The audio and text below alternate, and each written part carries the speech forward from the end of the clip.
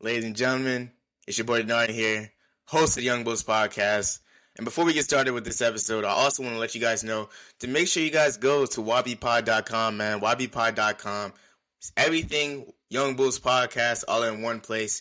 If you guys want to go check out our past episodes, you guys can go on there. If you guys want to go sign up for the live episode coming in April, you guys can go there too. If you guys are trying to get on an episode and I missed you for some reason, and you guys want to come on an episode, you can fill out the form there. And if you want to stay tuned and stay locked in with everything Youngbouls Podcast, you can fill out the information and be a part of our list so that when new episodes and new drops or anything comes out, which it will because we have a lot of good things on the way, you can be tapped in and you can be, notified when things happen. So make sure you guys go to ybpod.com, man. Everything Youngbouls Podcast, all in one place. Enjoy the episode, and we'll catch you guys later. Peace. Ladies and gentlemen, man, what's good? It's your boy Dinari here. And before we get started with this brand new episode of the Youngbouls Podcast, I want you guys to go check out LegacyJerseyShop.com, man. LegacyJerseyShop.com. Shout out to my boy Mateo out there doing great things, man. If you want a nice quality soccer jersey, make sure you guys go check out Legacy Jersey Shops. There's international legends, Premier League legends, all-time soccer greats. If you want a nice jersey, y'all know where to go find it. It's going to be a mystery box at the end of this month, man. Make sure you guys follow them on IG at Legacy Jersey Shop on IG. I'll put it in the bio. I'll put it in the IG story on the post and everything like that after this episode drops. Make sure you guys go check it out, man. There's a lot of great things over there, and there's a lot more things on the way as well. A lot more, different jerseys and stuff going to be able to be dropped. So make sure you guys go check out Legacy Jersey Shop. And with all that being said, enjoy today's episode of the Youngbouls Podcast. Peace. Showtime.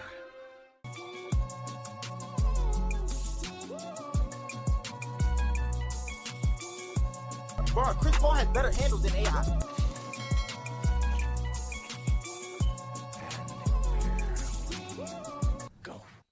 Ladies and gentlemen, welcome back.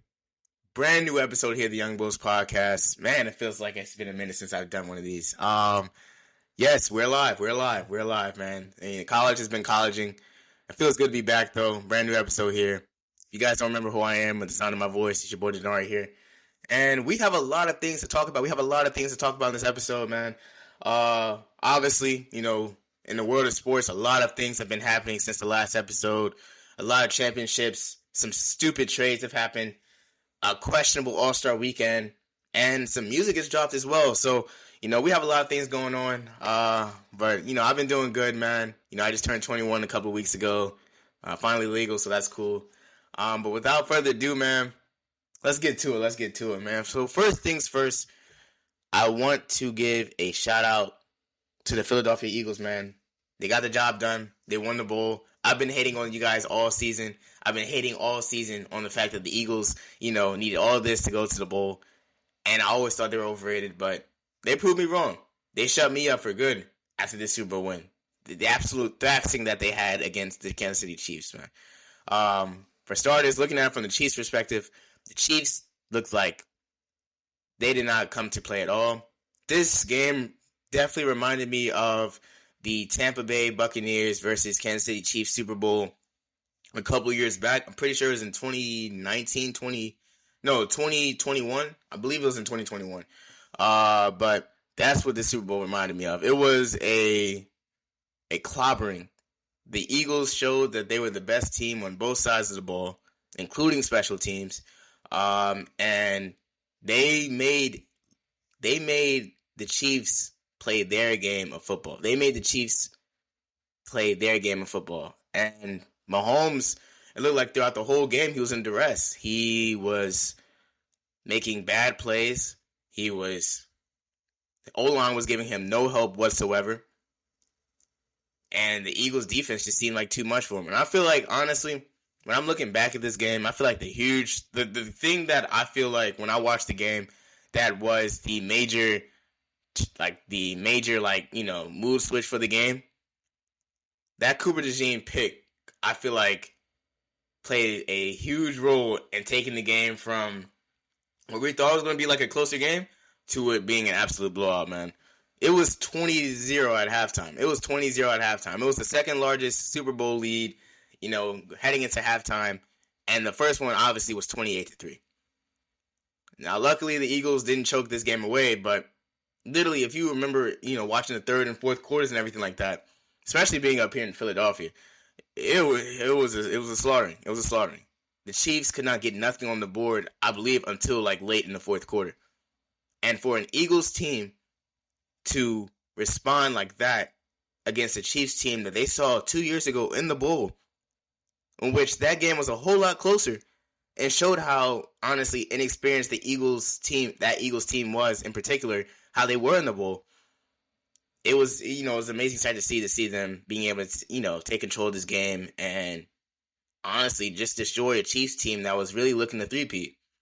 You look at the Chiefs team all season. Obviously, when you look at the team compared to past Chiefs teams, they were not the best, but they in playoff time again proved that nobody could mess with them until they stepped in front of Philadelphia.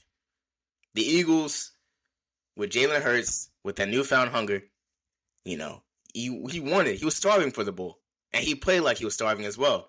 He had one of his best games I've seen.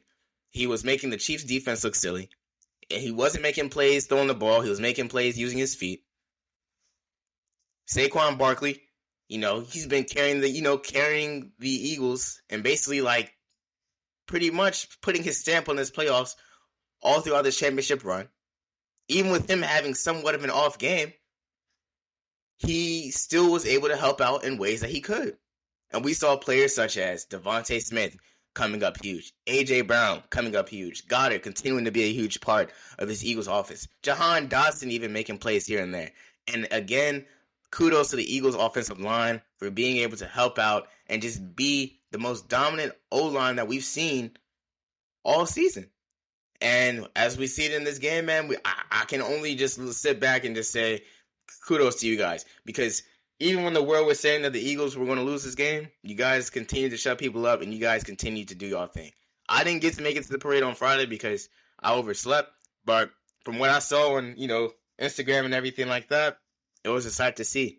And there's a huge question whether or not this Eagles team is going to go back-to-back. And honestly, I feel like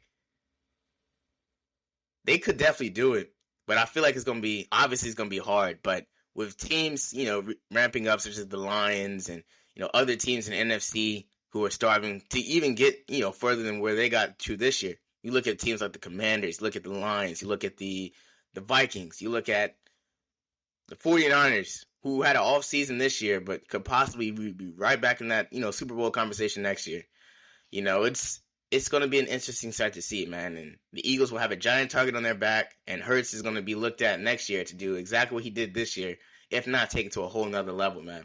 And I feel like the mindset of the Eagles is that we have a dynasty on our hands, and I don't see why they can't get the job done. I don't see why they can't possibly be right back in this same situation next year.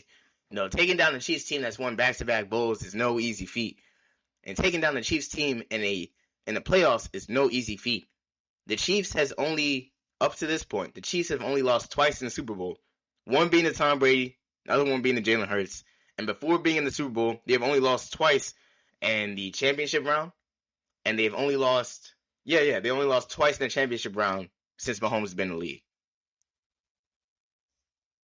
So it's going to be interesting next year to see, what this Eagles team does and how they build upon their Super Bowl success this year. Again, kudos to them. Saints Nation will be back. Saints Nation will be back. And speaking of Saints Nation, I want to say, Kellen Moore, welcome to New Orleans, man. Kellen Moore, welcome to New Orleans. I don't think that's going to make us Super Bowl favorites next year, obviously. But, seeing Kellen Moore have that, success in the Eagles, offensive coordinating job and him come to New Orleans, hopefully that means that we're going to find some stability in our offense. And hopefully that means that we're going to be able to do something next year, man. I just want us to compete. I want us to win games. But we'll see. I just want to say that, though. Kellen Moore, thank you for bringing your championship experience to New Orleans. We hopefully, you can build upon that and do something here. Help us do good. Help us win some games as well.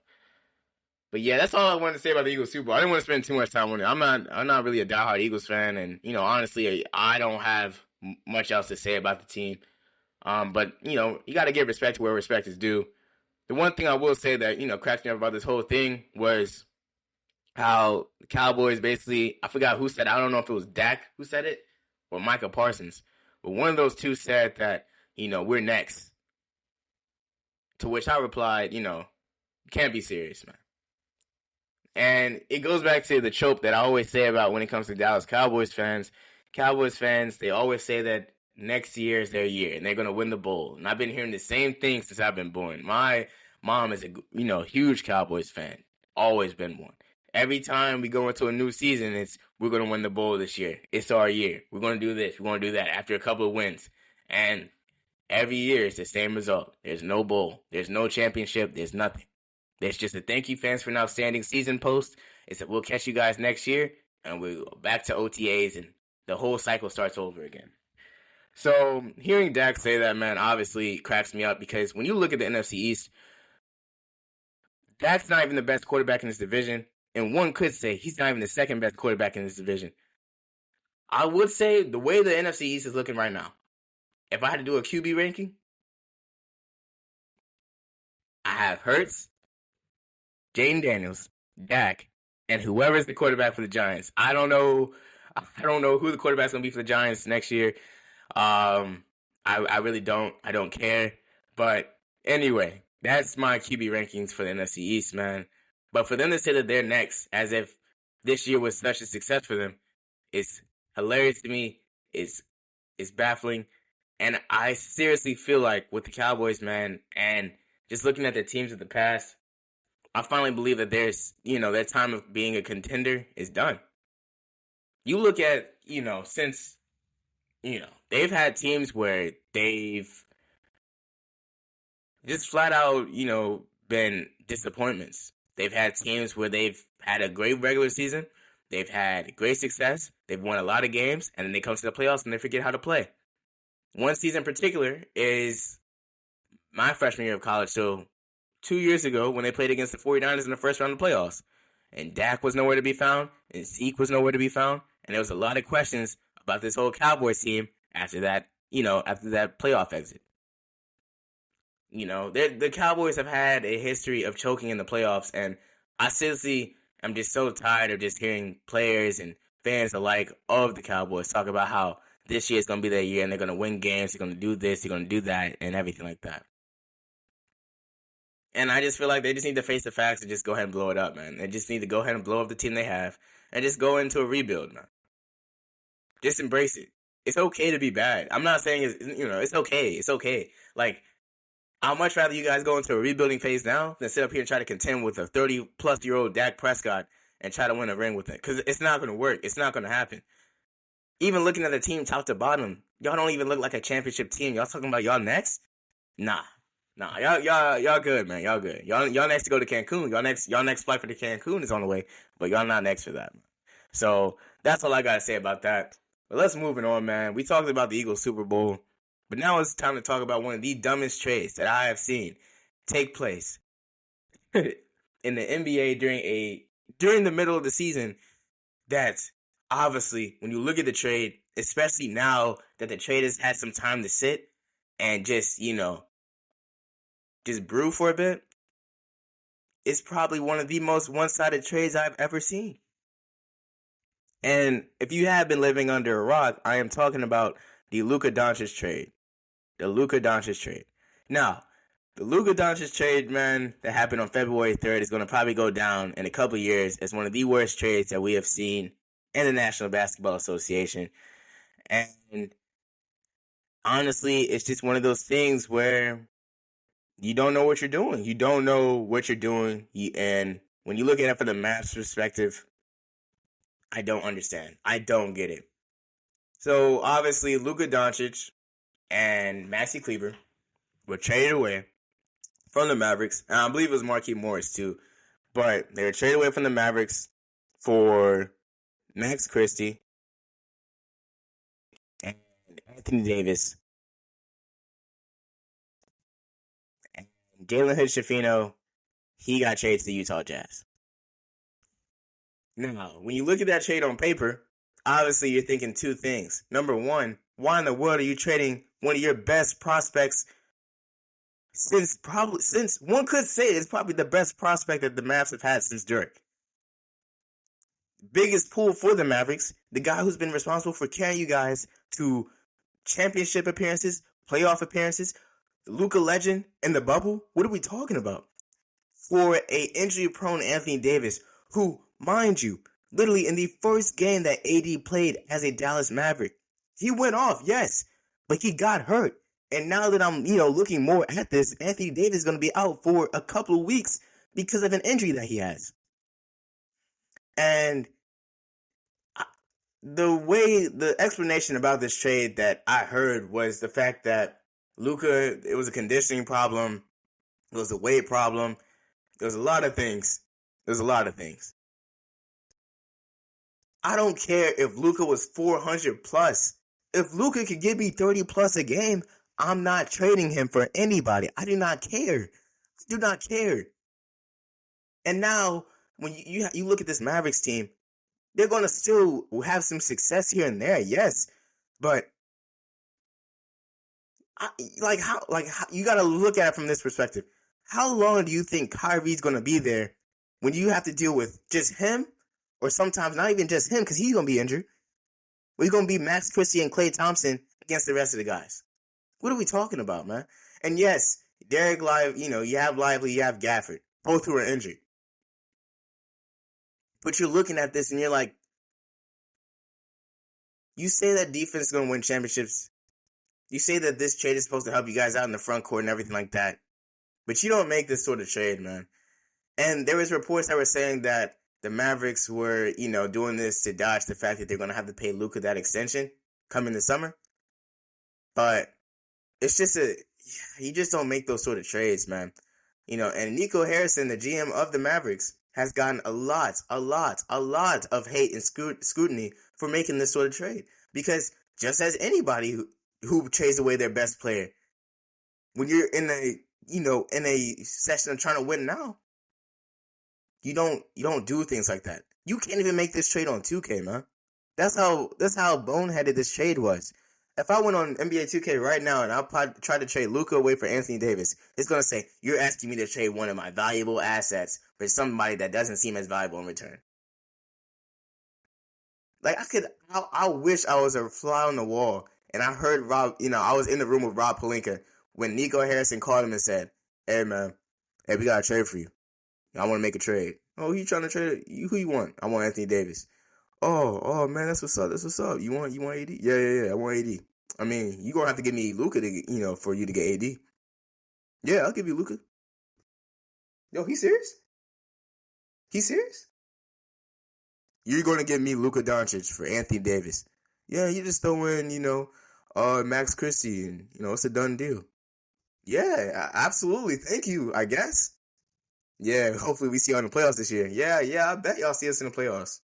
No, no, they're not. This trade right here is one where you look at and you say to yourself, now, this trade is going to save a season on one end, and on the other end, it's definitely going to, hurt a season for sure. Because if you look at the Western Conference standings right now, which I'm looking at right now, you look at the Western Conference standings in the NBA right now, the Lakers are the 5th seed right now. And the Mavericks have dropped all the way down to the 8th seed. And I promise you, when Luka gets off that minutes restriction, it's over for the league. And I promise you, a motivated Bron is a dangerous Bron. Bron at the beginning of this year, mind you, he wasn't playing that many games. He had 10 points. We were talking about Father Time, yada, yada, all this. It looks like Bron is, slowing up and everything like that. That's what it was. But now that you have a European All-Star on your team, a perennial MVP candidate on your team, somebody who Bron Lilly said, I low-key want to play with this guy someday. Come on, man. And now it makes the Lakers' task so easier to have a team without Bron, because now that you have a guy like Luka coming in who's still young, who's like 26, who's still a very young star in this league, coming in and playing, you have to understand as well that this just makes, like I said, just makes things so much easier for this Lakers team post Bron. The team is still going to be able to compete. And once Bron leaves and Bron retires, he can give the keys to Luka and let Luka go crazy and let Luka do what he needs to do in LA. And I'm telling you, it's only a matter of time until Luka and another European star team up in LA and it's wraps for the league, man. Just wait. One day, Jokic is going to leave Denver. And Jokic is going to make that call to Luka and be like, let's play together, man.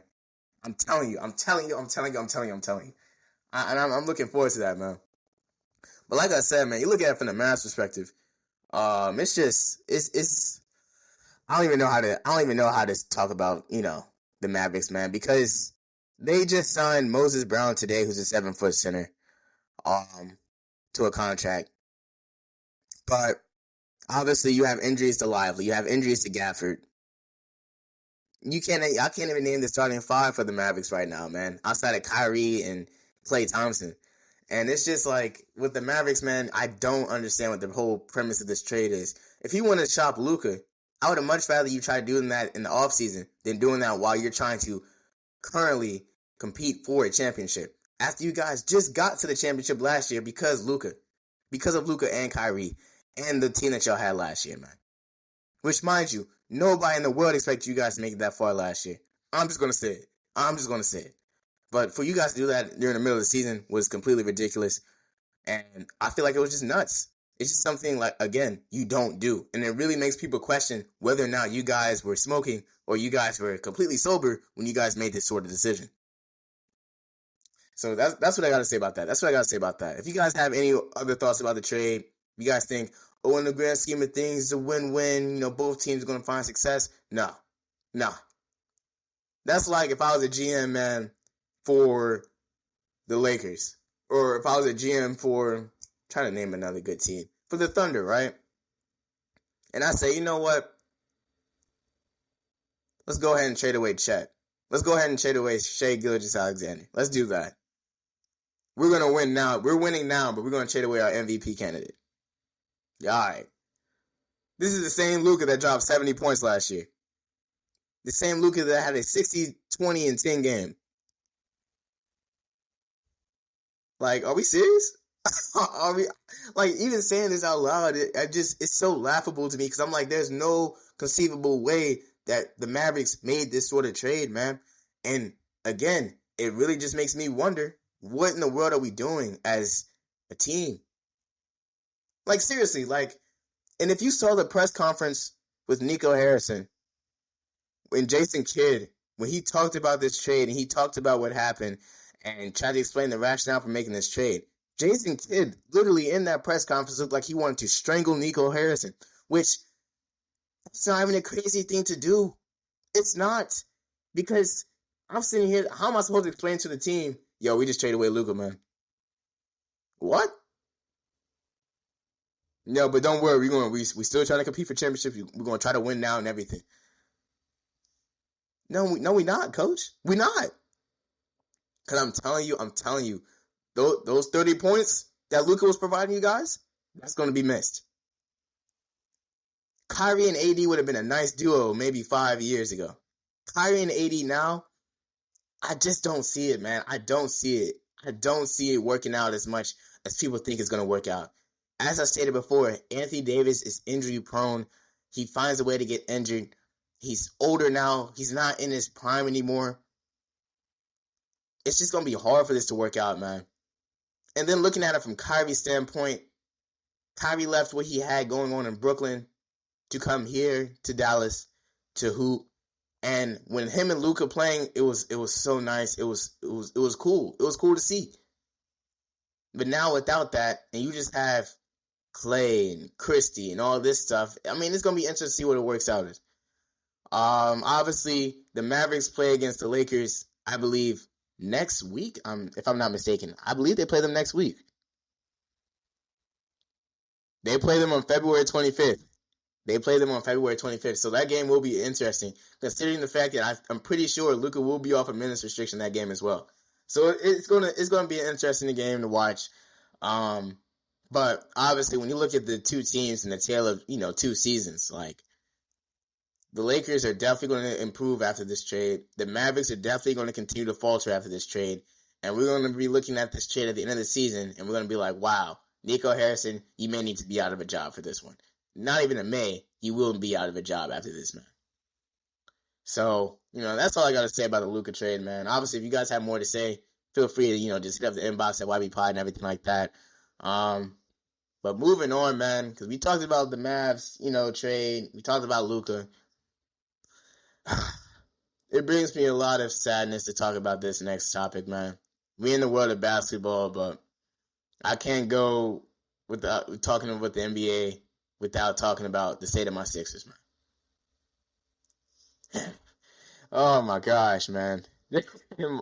Oh, man. The Sixers, man. Where do I even begin? Philadelphia 76ers right now at the time of this episode are 20-34. We are 11th in the East. We are currently on a 5-game losing streak. Man, it's just really depressing to look at. The Bulls are better than us this year. The Heat are better than us this year, even without Jimmy Butler. Yeah, my goodness. Yeah, man. It's been a season of a lot of questions for the Sixers, man. Obviously, Paul George was a big acquisition over the offseason last year. Offseason heading into this season. People were expecting the whole big three thing to work out. And it's not. Embiid has been injured. Embiid is continuing having problems in the knee and everything like that. That's stopping him from being able to play at his best. We've had Maxey call out Embiid in player meetings. We've had, teams, play with, this remnants of a roster. We've had a lot of questions stirring about who is going to be traded, who is going to be on the team, who's going to be here after next year, who to build the team around. The only bright spot on our team this year outside of Maxey is probably going to be McCain, and McCain got hurt. Just a lot of questions, man. And people were saying how, with the Sixers, whether or not they should just compete for a title or continue to compete for a playoff spot or just shut it down for the season. And honestly, shut it down, man. I feel like that's the clear, obvious choice, man, to just shut it down and just go ahead and try to get that top pick or something for next year, man, because it's not in the cards this year. And even looking at the Paul George trade, man, Paul George, he, had a little couple of, splashes of greatness here and there this season, man, but dude is coming off a 2-point game. I just don't understand, man. I don't understand. My man's Chris, Raptors fan. He went to a game last weekend when they played us last weekend. Last week. We lost to the Raptors. Lost to the Raptors, man. And I'm not saying it, no knock to the Raptors, but the Raptors have, a worse record than we do. Raptors have a 5-21, road record, and one of their 5 road wins came against us. I don't get it. I don't get it. I don't understand. I don't understand how the Sixers continue to do this, man. And, it's just sad, man. We got rid of Caleb Martin. We got rid of Reggie Jackson. We signed Quentin Grimes. We just got Lonnie Walker yesterday. But if I'm the Sixers, man, I'm just going ahead and just put this season, shut this down, man. Shut down Embiid. Let Embiid get that surgery, man. And let's see what happens next year. But in all honesty, though, I'm just kind of getting tired of it, man. Embiid has been... Since Embiid has gotten into the league, man, the biggest thing with Embiid has been injuries, man. Obviously, he played in the Olympics last summer. He wasn't ready to go for training camp. He wasn't ready to go at the beginning of the season. He comes back, he plays, he does his thing. He gets hurt again. He talks about how he's not going to, play back-to-backs and all this stuff. And it's like, it's so hard to continue being like, yo, Embiid, we still got, love for you and everything like that. I feel like you're not doing enough to get yourself in shape. It's not just me who's saying this. There's been a lot of people who's been saying when it comes to Embiid that he's not taking, his treatment and everything seriously, man. And it's one of those things where it's like, when you're at your best, we know what Embiid is like at his best. His MVP season, him getting 70 points last season. And we know what it looks like to see an Embiid that is, at his best, that is hungry, that is doing everything he possibly can to help his team win. But it's so hard to see an Embiid, who we see in street clothes on the sidelines, taking dribble pull-ups during timeout intermissions and stuff like that, and not trying to suit up and play. And I get it, man. Like, you're trying to get better and everything like that, but you could be doing a whole lot more. And it's just one of those things where it's like, as a fan base, you can start to get really upset and angry about it because you see a guy like Maxey coming out and playing, rarely Maxey's taking, days off and everything like that. And you see Maxey pretty much out there by himself. And he's trying to do the best that he possibly can and win games. And then when they lose games, especially if I'm Maxey, I'll be angry too because it's like, I'm having 30, I'm having 25, we're losing. I can't win out here with these guys. These guys, most of these guys, and let's face it, either first year or second year players, and you have some veteran experience, but even the veterans and stuff like that, they're old. They can't do as much as, they used to do. They can still play, but you just got to call it what it is, man. The starting five at the beginning of this year for the Sixers was, at the Bucks game that I went to at opening night, it was Tyrese Maxey, Eric Gordon, I believe it was Kelly Oubre, Andre Drummond, and I'm pretty sure it was like Caleb Martin. I'm pretty sure that was the starting five. Now, by all means, I am no coach. I am no coach at all. But if you're sitting up here telling me that Eric Gordon in 2024, 2025 is going to help your team out and win games, Eric Gordon had 2 points that game. He played 28 minutes. He had 2. No, man. And it's like, with Embiid, he got the contract. He's saying he wants to retire here. But if I'm a Sixers fan and I'm the Sixers front office, the hard, sad truth is this. I feel like the Embiid experience is over. The process is done. And I feel like to do right by Maxey now, you looking at the Sixers right now, you got to move away from Joel, man. Joel needs to change his scenery. Joel has come out and said, after everything I've given to the city and everything like that, there's been a lot of times where he said, the fans, they don't, they're angry and everything like that. And I understand. But I feel like it's just best for both parties to just shop him and let him go somewhere else and see if he can thrive there. Because, like I said, Embiid's 30. Embiid's getting up there. He's 30. And I don't know how much more of a healthy Embiid we're going to get, man. And it's the truth. But I feel like the best thing for the Sixers team to do is to shut down for this season. Have Embiid get that treatment, get that surgery and everything. And see what happens after that. Because I just don't know. When you look at this, Sixers team and everything like that, this doesn't look like a playoff team. It doesn't look like a team that can I don't even want to see in the play-in, man. Honestly, I don't. I really don't. I really don't. I don't want this Sixers team to be in the play-in play-in this year. I don't want them to be in the playoffs. I want them to just go ahead and have that extra month to have off and just let's come back even stronger next year, man. That's what I want us to do. That's what I want the Sixers team to do. And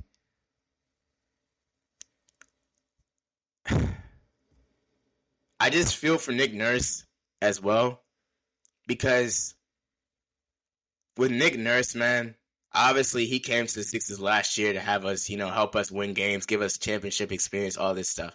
He won the title in 2019 with Toronto. He's a solid coach in this league. He's a great coach in this league. And before Embiid got hurt last year, the Sixers at one point in time were the top team in the East. They're the top team in the East, had one of the best starts to the season. And once Embiid got hurt, everything went downhill. With Nick Nurse, man, I feel for him because obviously you have players who want it. Obviously you have players who are trying to win and do things like that. But obviously you also have players who are a shell of who they used to be, who the front office is going after and going to go get 4 years after they should have went to go get him the first time. People were calling for Paul George to come to Philly after he left OKC. Not after he leaves the Clippers, man. People were calling for Damian Lillard to come to Philly. Not after he left Portland. Well, not after he left Milwaukee. Whoa. People were calling for Dame to come to the Sixers literally while he was still in his prime, man. Not now. So it's just like, you look at the Sixers team, and you look at who they've missed out on, who they've gotten, let's face it, who they made some really questionable decisions about.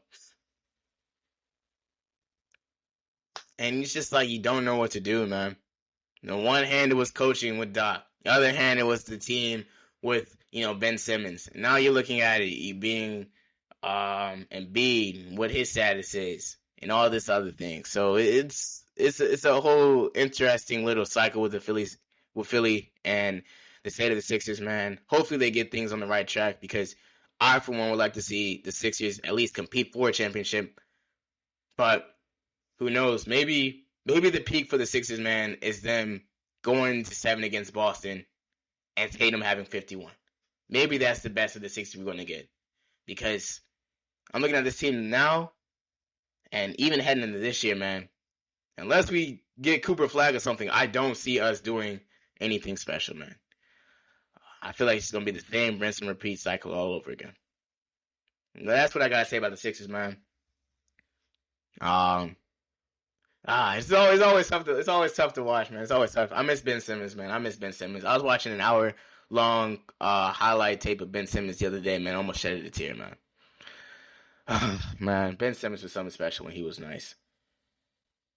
All right, moving on, man. Obviously, wish basketball as well with the NBA. I'll be remiss to talking about the NBA if I did not talk about All-Star Weekend and the format. And honestly, the dunk contest. Now, for me, when I used to watch All-Star Weekend, I used to watch, three-point contest, dunk contest, maybe a little bit of the skills challenge here and there. I didn't really care for the skills challenge. But, I was fortunate enough to be able to watch a lot of good dunk competitions, watching John Wall win a dunk contest, watching the Zach LaVine Eric Gordon dunk contest, the Derrick Jones Jr. Aaron Gordon dunk contest, Blake Griffin jumping over a car, or trying to at least. But I feel like this one right here gives me a little bit of hope for what's in store next year for the dunk contest, man, in Los Angeles. Now, it's February, it's Black History Month, but after this past weekend, they may have to change that to Mac History Month, man. Mac McClung went 3 for 3. He has competed in 3 dunk contests. He won all 3 of them. This first dunk from the dunk contest this year had him jumping up over a car from one side of the car, doing a little double pump action reverse, and slamming it in. That was his first dunk. And, after that, obviously, jumping over, doing a 360, dunk, that was cool. And then jumping over Evan Mobley, who was standing on a little, pedestal or something like that, hitting the front of the rim, and then slamming the ball in. Mind you, all this is happening on one try, mind you. It's just impressive, man. And it's crazy because the NBA literally brings out Mac McClung for these events alone. He is still in the G League. He's playing on the Magic now. When he won the dunk contest as a part of the Sixers my freshman year, he actually showed up to the Raising Cane's at my school to take orders and stuff. It was dope. But yeah, man. People, after the dunk contest were saying that hopefully he gets, encourages the pros to come out. Ja said that he may have to come out for the dunk contest next year. And even Giannis is like, oh, if you do it, I'll do it. Which I'm like, Ja, okay, I'm cool with Ja doing the dunk contest. But Giannis, I don't know what Giannis got in his sleeve, man. I honestly don't. I don't. I think we're good off of that. My dream dunk contest, man, is I want to see Zion, Ja Morant, Mac McClung would be dope. Honestly, I have no problems putting Stephon Castle back in there, man. He did his thing in the dunk contest. He has some really nice creative dunks, man. My favorite one of his had to be the one where the dude made the little layup. And he caught it off the bounce and just did the little reverse behind the back thing. So that was cool. But yeah, I'm cool with him being in the dunk contest next year. But hopefully, with the dunk contest, man, after some questionable years of dunk competitions, more specifically, the Jericho Sims incident, the Jalen Green NFT incident in Cleveland. Um, need I say more? Like there's a lot of questionable, performances. John Collins trying to dunk over the Tuskegee Airmen, makeshift airplane in Charlotte. Like it was a lot of things. It was a lot of questionable dunks, man, over the years. But hopefully with this dunk contest this year that we saw in San Francisco, it calls for a resurgence to happen. I for one have always loved the dunk contest. I've always thought it to be interesting. But yeah, man, hopefully, it's on the up and up instead of just on the decline. Especially with the All-Star weekend that over the years has been kind of a tough watch. I'm not going to lie. With the format this year, too, there's been a lot of questions about it. There's a lot of players who are saying that they don't like the format. They thought it was weird.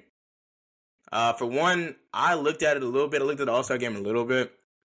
The one thing that I thought was weird about it was that there was a lot more ads than actual play, if that makes sense. And after the games and stuff like that, too, there would be like this long break in between in which the players would just be sitting on the side and just listening to like Kevin Hart say something, or there'll be an ad playing and stuff like that. And it's like, I don't think that's what people signed up for, man. I think people just want to see the best of the best hoop. And the way I feel like this problem could be solved, how don't you just go back to the East and West format? East and West format. The team that wins, cash prize. Team that wins, cash prize. And then let's say if you keep with this format that you have right now, instead of the fourth team being a team of rising stars, it should be the team. I saw this on Twitter, actually. They said that the fourth team, instead of it being the rising stars team, should be the team that was snubbed from the All-Star. So, like, they just missed it. And you should call it the all-snubs team. And if they win the game, they win, the little format and everything like that, then they'll be able to claim that they were all-stars and stuff like that, have it on their, resume for the league and everything like that, which I think is very interesting. Especially, it gives a lot of people who didn't make the team motivation and reason to beat these guys and stuff like that and bring out the best and, competitive edge as well, too. But to Draymond's point, because he made a quite, a solid point about the whole Rising Stars thing in All-Star Weekend. They said that playing on Sunday used to be a privilege. Playing on, All-Star, Sunday night, that used to mean something. That used to mean a whole lot to a lot of players. That means in the grand scheme of things that you made it. People recognize the greatness that you have on your, your teams and stuff like that and what you contributed. And because of that, you're playing on a team full of decorated All-Stars that are the best of the best. That's what All-Star is. But to see, rising stars and stuff make it who they're not all-star players, that kind of, I would feel some type of way about that, especially if I got snubbed as well, because it's like, you're telling me I didn't make the All-Star team, but these guys are playing on Sunday night, and I'm not? I just don't know how to feel about that, man. And obviously, there's going to, Adam Silver is definitely going to have to take a beat with the rest of the NBA about the format and how, the four teams, especially because the teams looked very, if you looked at the roster on each teams, it looked very scripted. Like the OGs, all that stuff, it didn't seem like it was calculated. Like it was calculated. Like it felt scripted in a sense. The way the teams are made up and everything like that. So, that's what I had to say about the All-Star 3-point contest. I didn't watch this year, but Hero won. So congrats to Tyler Hero, I'm guessing. But yeah, hopefully they change that though.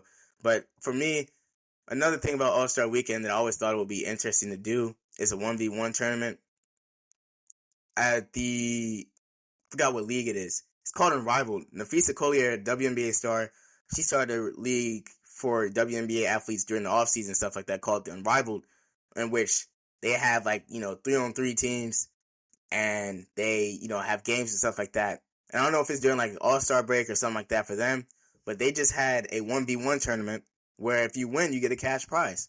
And I don't understand why in a league filled with arguably the best basketball players that we have to offer, we don't have a 1v1 tournament during All-Star Weekend. Especially with players such as Kyrie, KD, Steph, Harden, all this stuff too, who are great ISO players. A 1v1 tournament to like 12 or 10, that would be such an interesting thing to have for All-Star Weekend. And honestly, one could say that could take the place of the skills challenge that we saw on Saturday night. And honestly, the way that the dunk contest is looking, that could end up being the last thing that we see on Saturday night, being a 1v1 tournament, which I think would bring out the best in all the players and everything like that, and have motivation for them to actually win the games and stuff. And I feel like it would be a cool thing to have. So, Adam Silver, I know you don't listen to the podcast and stuff like that, but my idea for All-Star Weekend, obviously, let's go back to the East and West format with the target score. Let's just do that. Instead of having the 4 separate teams, let's just go back to the East and West with the target score like we did in 2020. Let's have a 1v1 tournament instead of the skills challenge, and Rising Stars on Friday. And let's just keep it like that. Let's just keep it like that. Let's not do anything else. Or if you don't want to do an East versus West, let's just do a USA versus global team and just call it that. And let's just do that and call it a day. Because I feel like a US versus a global team now, when you look at the makeup of the NBA, that'll be something interesting to watch. So, Adam Silver, if you're listening, just, take it into consideration. Just take it into consideration. Please. Please. Because, for, a sports viewer like me, for somebody who loves All-Star, who used to enjoy watching All-Star Weekend, I want to see that joy being brought back, man, because, me and like a whole lot of other people this year, I don't think people really watched it. And especially with Bron not playing, I definitely didn't tune into All-Star Weekend because LeBron is All-Star.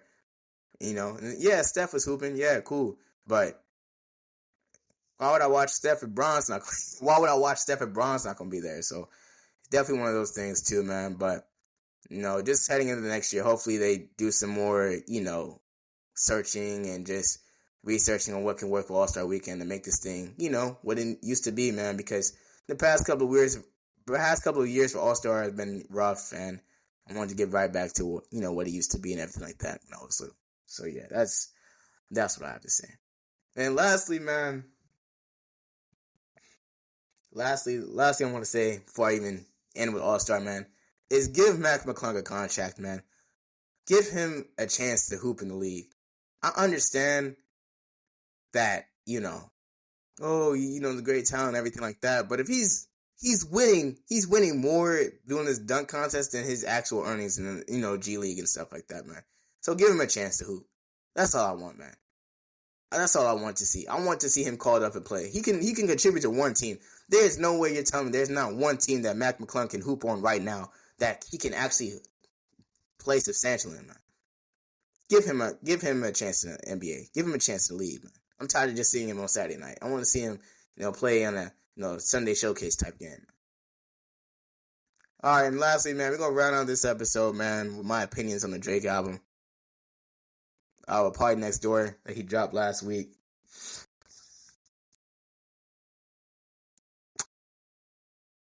Garbage, man. All right, and with that, that's gonna be the end of the episode, man. Obviously, it's a great episode. It feels good to be back. If you haven't already, make sure you sign up for the live episode coming in April. I'm really looking forward to it. It's gonna be a fun little event. And we have another interview coming soon, man. My boy Tyshawn. So make sure you guys stay tuned for that. He does clothing and everything like that. Make sure you guys go check out Legacy Jersey Shops, man. We have something special going over there. And my boy Mateo's doing great things. So shout out to him. With all that being said, thank you guys for tuning into this episode. Make sure you guys go to ybpod.com and check out everything YB Pod related. Catch you guys in the next one. And we're out. Peace.